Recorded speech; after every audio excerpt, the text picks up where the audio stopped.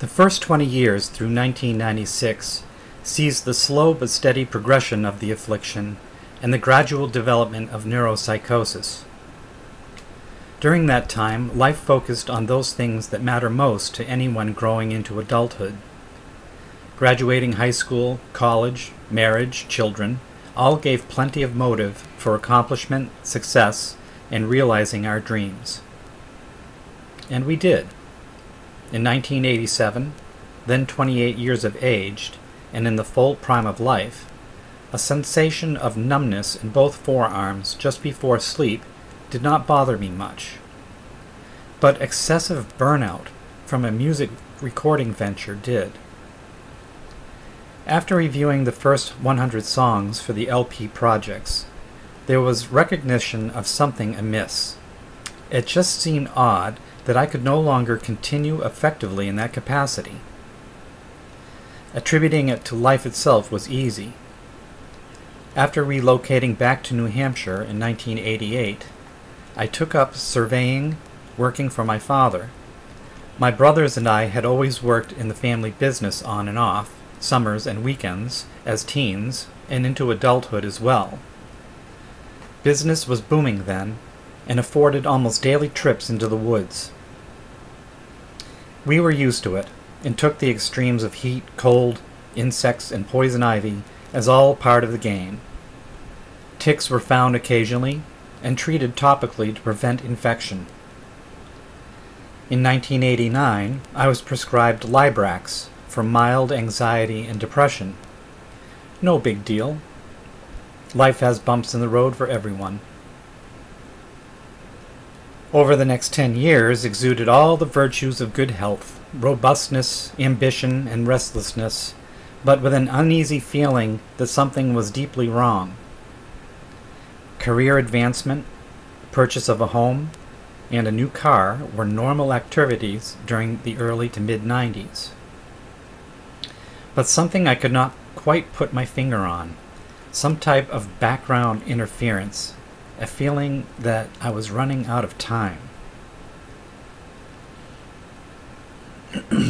On to a series of concerts during the summer of 1995 brought on a nagging sore throat that wouldn't go away for 3 months.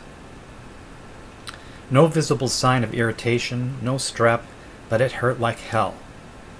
After 2 30-day rounds of different antibiotics with no success, on the phone the doc told me he would call a colleague, a specialist he knew, and ask his opinion.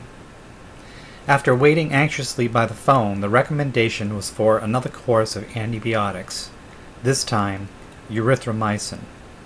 His colleague thought it might be something called mycoplasma. Within hours of beginning the new regimen, the sore throat was draining away. However, in 1996, upon purchasing a new home, the pressure seemed overwhelming, and a new job brought with it an onerous feeling of dread. At the family doctor's office, this time, the diagnosis was depression, and prescribed Surzone, an antidepressant. That seemed to do the trick, and I took it for the next 7 years. Those were the most productive years of my life. Bigger responsibilities and staying ahead of bills had their place in life then. Building our dream home, other real estate ventures, musical endeavors, career and business choices, all made for huge sacrifices in time, energy, and eventually abilities. Then began the anxiety, the feelings of dread, distortion of time, and tremendous pressure had me questioning my ability to continue. This time, referred again to a psychiatrist. Wow. Couldn't believe it. What the hell is going on? But at that time I still had faith and trust in the healthcare system, and never doubted that a doctor would always act in the best interest of the patient. It wasn't until much later that it became self-evident that this is not the case. The big picture revealed the opposite, that doctors are not only culpable, but complicit in the effort to control disease by not revealing it.